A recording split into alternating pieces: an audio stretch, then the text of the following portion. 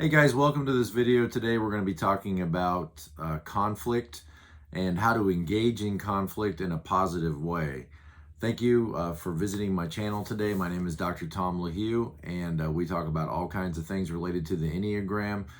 Below in the description is my contact information and my website. I do coaching appointments for people based on Enneagram, help them to understand more about their type, and help them to move toward a healthier place in life, and also to relate in a more positive way with the people in their lives. So if you want more information, just check out my website at tomlahue.com. Also, thank you to my patrons. I really appreciate your support. Being behind me in this channel means a lot. All right, so let's get into the discussion today. We're continuing our discussion on conflict. And for a lot of types, a lot of personality types on the Enneagram, conflict is something that is to be avoided at all costs. There's some nines, especially 9-wing ones, that really want to avoid conflict. Some of the ones as well. Twos most likely will want to avoid conflict. I've had a lot of responses from 4s that say that they avoid conflict. 7-wing 6 myself. And some of the 6s, no doubt want to avoid. And then there's some of the other types that maybe need to learn from the other perspective of how to manage their anger and frustration so that they can tone down their desire for conflict. Whatever side you're on this issue, whether you're prone to engage too quickly in conflict or whether you're prone to avoid conflict, we want to get a healthier pattern in our life for dealing with conflict, particularly with the people in our lives that we love and care about and live with and take care of and are taken care of by. If you haven't gotten the book yet by Harriet Breaker, The Disease to Please, this is a great book, and I would say it's a good place to start. That, and of course, Boundaries is always a highly recommended book. Anything in the Boundary series by John Cloud and Henry Townsend, I highly recommend. But let's go to the next level here in our discussion on conflict and conflict avoidance. And let's just review a couple of things. First of all, conflict avoidance, that idea that, well, we never fight, that is not realistic. It's not healthy to think that you're never going to have any disagreements, and that conflict is bad, conflict is negative, conflict means we shouldn't have got married, conflict means that there's something inherently wrong with us. If you have two people who are individuals that show up in a relationship, that show up fully and aren't afraid to make their wants and needs and desires known, there's going to be differences of opinion in that relationship. That is going to be natural, whether it's husband and wife, whether it's dating couples, whether it's parent and child, whether it's co-workers. There's always going to be conflicts to negotiate. The goal is not to remove all conflict. The goal is to learn to adapt to conflict and be able to navigate it in a positive way. When you avoid conflict, and it's within people pleasers to think that whatever I must do to avoid conflict, I'll do, because it's just too scary, it's too frightening. Who knows what you've seen in the past? Who knows what your negative experiences of conflict have been in the past? And so there is within people pleasers this idea that all conflict must be avoided at all costs. And when that's the case, when you will do whatever it takes to get along with people and to not be a problem and to mitigate your own desires and wants in order to avoid conflict, you never really then learn how to deal with conflict because it's always avoided. It's like the idea that if I said to you, let's say you can't swim. Let's say you just can't swim, and I say to you, are you afraid of the water? Are you afraid of falling in the water and drowning? Oh, no, I'm not afraid at all. Oh, so you can swim? No, I never learned to swim. I just don't ever go in the water. Okay, so as simple as that little metaphor is, simply avoiding the water, I guess you never have to worry about drowning because you never go in the water. But there may be a more healthy way to deal with your fear than just completely avoiding water.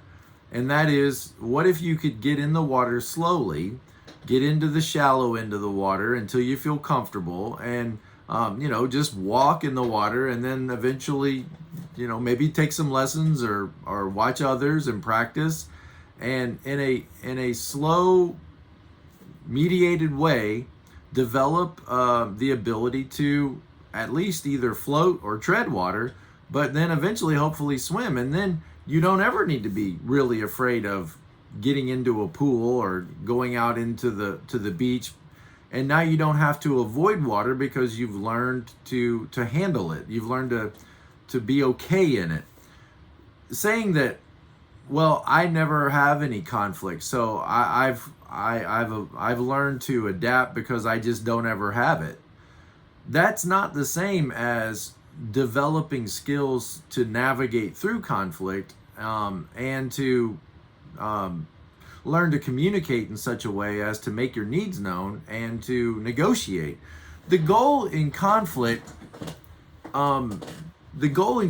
should be to negotiate to a compromise, or to a place where we are both parties feel like they've been heard, understood, appreciated, valued, and both parties win.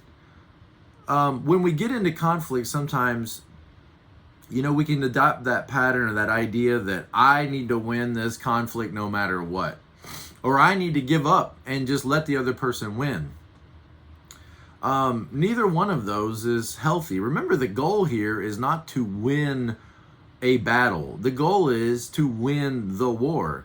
The war is for our marriage. The war is for our relationship as father and daughter, or father and son, as co-workers. The goal, the war that we're fighting, is to stay together. The dark forces of this world want to separate us and divide us and break our relationships and tear people away from us. And so what we are fighting for is harmony and peace and stability and understanding. We're fighting to protect our relationships. We're fighting to protect our homes and our families. And the fight is not with each other. The fight is not with one another. It's against the forces that would seek to disrupt and destroy our relationship. So when we get into conflict, we want to stay focused on our priority. That my goal is not to win this argument. My goal is to win a happy home, to win a happy relationship. And you can say, well, see, if I just avoid all conflict, then I've got it, done, period. That's so simple. I'll just avoid all conflict, and then I never have to worry about it, and I'll just have a happy home. Here's the problem with that, with conflict avoidance. When we don't deal with conflict externally, in other words, between you and I, when we don't deal with conflict externally between me and you, then what happens is, because I'm so afraid of that encounter, I'm so afraid that you're going to be angry, I'm so afraid of upsetting you or being displeasing to you, that I just feel like I can't go through this process of discussion and dealing with conflict. When we don't handle it externally, what happens is we then have to handle it internally. In other words, then the conflict goes internally, and now I'm arguing inside my head. Now I'm frustrated, and I'm building up resentment and bitterness and anger, and all of these malice, all of these dark things don't just go away because I don't deal with them. They just go internal. And now I start having the argument in my head. And now as I'm driving away, oh boy, we managed to escape that conflict. We didn't have to argue. Now as I'm driving away from that encounter, I'm arguing with myself, either saying things like, why is it that she won't even consider my opinion? Why is it that she has to be so angry and so mean? Why is it that she won't take my side on this? Or you're mad at yourself. How come I won't speak up for myself? How come I always give in? I've got to learn to do better. And so the conflict, when it's not dealt with externally between the two people that need to talk it out, then it just gets shoved down. It doesn't go away. It gets shoved down and becomes an internal conflict that is actually going to be the cause of building resentment and toxic, angry, bitter, hurt feelings in your heart that, guess what, are going to come out later. They're going to leak out in aggressive ways, in stubborn ways, in passive aggressive ways, and because it's there, whether it's dealt with or not, in a positive way, it's there. And now, there's going to be, well, we just don't talk. We just, he does his thing and I do my thing, and we just found it better that we just can't have these conversations. We just can't talk to one another. And so it's better just to, grin and bear it, and and it's like, what happened? All of this toxic stuff could have been dealt with and discussed and negotiated in a positive, safe way, but it wasn't. It's just shoved down. And now guess what? Everybody's walking on a minefield. Everybody's walking on eggshells, because everybody knows just beneath that surface is all of this pent up frustration. It never got dealt with, so now it's just below the surface. And so now everybody has to walk on eggshells. Everybody has to be careful, because the slightest trigger will open up all of that resentment, all of that bitterness, and all of that anger. So you gotta be careful what you say, gotta be careful how you act, and the cycle just is perpetuated. And so the thing that you're trying to do, i.e. avoid conflict, is actually creating an environment of conflict and hostility. Far better, in my opinion, far better to just sit down and say, look, it looks like maybe we've gotten sideways in our relationship. Why don't we sit down and just talk this out? Now, when we decide to talk this out, it's very important that we follow some basic rules or some guidelines. That we don't scream, we don't yell, we don't lose our minds, that we keep ourselves rational, keep it on topic, that we avoid the you never, you always overstatements, that we don't get so rigid in our thinking like that we keep our minds fluid and flexible, that we remember the main goal here is that we end up on the same page in a healthy relationship. And so I want to be careful that I don't accuse and blame and try to guilt and manipulate. Manipulation is when I'm going to do a whole video series probably on manipulation, but it's when you try to communicate what you want without being direct about it. You try to be indirect, and you can usually feel the manipulation happening to you before you see it, but we'll save that for another video. So, all right, so let's go through the structure of an argument, the structure of a disagreement. And I'm going to use 3 words here to help you see that I think almost every argument goes through this process. And I want you to see it. And I think once you see it, you won't be able to unsee it. And it will really help you deal with the conflicts in your relationships. The first level, I'm just going to use my finger. The first level is the problem. The second level is the principle. And the third level is the person. Okay, so the problem, the principle, and the person. The problem is whatever triggers the argument. Okay, so let's say that you walk into the kitchen and there's a ketchup bottle open, like the old kind, where you had the lid on it. It's open and it's sitting on the counter. It's not been put away. Okay, so the ketchup bottle is sitting out on the counter, open and not put away. Now, that's the problem. It's not a significant problem, but you guys know that sometimes arguments begin over stupid things like ketchup bottles, okay? They do. They are triggered. On an ordinary good day when there's not a lot of pent-up frustration that hasn't been dealt with, when the sky is clear and the sun is shining and the radio's on, you might walk into the kitchen, see that ketchup bottle and go, silly people left the ketchup bottle out on the counter. What am I going to do with them? And put your lid on it, put it in the refrigerator, and guess what? It's over. It's done. Isn't that wonderful? You just walk in and say, look at that. Somebody forgot to put the ketchup bottle away. What are these people thinking? Put the lid on it, put it away. It's over. No more stress, no more problems. It's all done. It was dealt with, and now you can move right along with your day and totally forget about it. Peace and harmony, right? Wouldn't that be great? On a perfect day when everything's going well in the universe, that's the way that encounter should happen. It's not really a problem, because it's not a problem. Okay, so let's say there is some pent up frustration. There's a lot of, arguments that we didn't have because we're keeping the peace and we're not going to cause any problems and we're not going to upset anybody. And so we're very cautious and careful not to create any problems. And then you walk in and you're kind of on your last nerve and you see that ketchup bottle sitting out there and it triggers. Instead of it just being put it away and go on, it triggers and opens up. In other words, it's like it was just one little shovel dig, and underneath all this volcano blows up. Okay, so now there's a fight. Now there's a problem. Now there's a crisis. Okay, so now you find yourself going into the room where everybody's sitting watching TV and saying, "Who left this ketchup bottle out on the counter? Who responsible? Who didn't put this away? And the lid was laying next to it. And there's ketchup all over the counter and nobody cleaned it up." Okay? All of a sudden now there's an attack, right? So the first level is the problem, the ketchup bottle. The second level is the principle.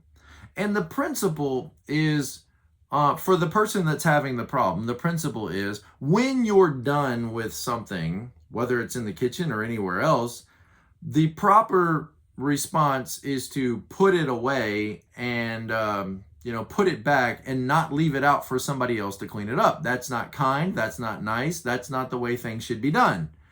So that's the principle. The principle is put your stuff away and don't leave it for somebody else. Don't make somebody else come in behind you and clean up after you. Take care and be responsible and do the right thing. That's the principle. Now, that's what we're going to negotiate in a healthy conflict. Is we're going to negotiate the level of the problem and the principle, because maybe there are other people in the house that don't share that principle. Maybe they have a different principle. Maybe their principle is, I don't want to miss out on being with my family, and so I got distracted by wanting to get back into the moment where everybody's out in the living room watching a funny movie. And so I was distracted by that principle of I need to be where my family is. And I forgot about putting the ketchup bottle away. Okay. So when there is a problem, there's always a principle under that problem that can be negotiated and discussed. And we can discuss, for as long as we want to, what the right expectation is for when you're done with something. Do you put it away? Do you leave it on the counter? Do you expect somebody else to put it away? What's the principle that should be agreed on in our home as to the way to operate, or in our business or in our office, as to what should be expected behavior for us going forward? That's the principle. That's where negotiation happens. We talk and we discuss in rational ways without losing our cool. In a perfect world, without losing our cool, we are just negotiating expectations of what principles we should agree to going forward, so that everybody can be on the same page. And there's no reason we can't do that with grace and with kindness and with mercy and with understanding. In fact, we need all of that in order to be able to do that, in order to be able to negotiate those principles. But here's what often happens. When there's all that pent up resentment and frustration, we go from the problem, the ketchup bottle, the principle, put things away when you're done with them and don't leave the mess out for somebody else, to invariably what'll happen is we go to the person and we start attacking the person because we're angry, because we didn't deal with our anger the last time. We've let it store up, and now we've got all this storage of anger in there, and now all of a sudden it's going to come out, and it's going to come out in direct ways, or it's going to come out in indirect ways, in aggressive ways or in passive aggressive ways. And so what happens is now we start attacking the person, and we say things like, "You don't care about me. You don't care about all that I do around this house, and you don't care that you..." And so now we're attacking the person. We're saying there's something wrong inherently with you. Your ability to care is not correct. Not only are you not following a principle, but it shows me that there's something flawed in you. Your character is off. You are a lazy person. You are maybe a cruel person. You are an uncaring, unkind person. You're a lazy person. You're lazy because you don't pick up your stuff. You don't care about our marriage. You don't care about our relationship. You don't care about all that we do for you as parents. You take us for granted. And the evidence of that is that you leave your stuff lying around and then you expect mom and dad to come in. Okay, so now it's gone from negotiating a principle to attacks on the person themselves. And when a person is attacked, guess what they'll probably do? They will probably defend themselves and then return the attack. And since we don't negotiate in our house for principles, since we don't have these kinds of healthy conversations and it all gets shoved down and pin up, then they're going to come out probably with their attacks against you as a person. And now, guess what? We've moved from the problem, the principle, to now we're just fighting down here. What's wrong with you versus what's wrong with me. And 10 things that I don't like about you versus the 10 things you don't like about me. And at this point, we should probably be done, because when we are at this third level of arguing about persons and arguing about whether or not you care and all these things, we're not in any kind of state to do any kind of real negotiating anymore. Now we're just angry and we're just expressing that anger, that hurt, those upset feelings. And we're not really working to solve any kinds of problems anymore. We're just kind of brutalizing each other and punishing one another for all of the quote unquote anger you've caused me or frustration you've caused me. But part of the cause of this frustration is that we didn't deal with things when they came up. And so we shove them down, and then there it is. Everybody's walking on eggshells. The slightest thing done wrong, all you have to do is leave a ketchup bottle out, and boom, you know? And that is not a healthy way to deal with conflict. We want to try to keep our discussions about the problems and about the principles. And when we do that, we can negotiate principles all day long. We can negotiate until we come to agreements, joint agreements where we say, okay, going forward, this should be the expectation. And there's going to be times when we don't always live up to those expectations. And it's appropriate to point those out and apologize and move on, and to let them go. So conflict, when it's handled at these levels, is really nothing to be afraid of. In fact, it's working to improve your relationship. Without it, you're setting yourself up for those landmine moments where anything could set you off. Where, well, I'll just and the passive way is just I'll just disconnect from you. And that's not healthy either, to just withdraw, to go silent, to just withdraw in anger and frustration. And you know, there's such healthier ways of dealing with conflict. I'm not perfect in this by any means. I'm learning as I go because I tend to be a people pleaser. And so I'm working on this myself. And that's one of the reasons I'm going through this information, and why I've made these videos is I'm learning what's important for my own life, and then sharing that with you guys in hopes that it will help you as well in your relationships. So let's wade into the shallow end of the pool, and let's make some agreements that we're going to speak up when we're upset, when there's a problem, negotiate with a open mind, with a fluid mind, with not a rigid and harsh and non-understanding, uncompassionate. Let's make some agreements that will go forward, discussing principles and working toward solving problems and negotiating those principles so that we can have a healthier relationship with the people that we love. Recognizing that when we don't deal with conflict, it doesn't go away. We just are pushing it down where it can do its dirty work in us and create more problems for us in the future. So there was something else I was thinking about. with conflict. Conflict is inevitable. Avoiding conflict doesn't eliminate its presence. We're working for resolution. We don't want to get personal. We want to keep it about the principle. We want to handle it constructively. And I think in most cases, more information is better than less.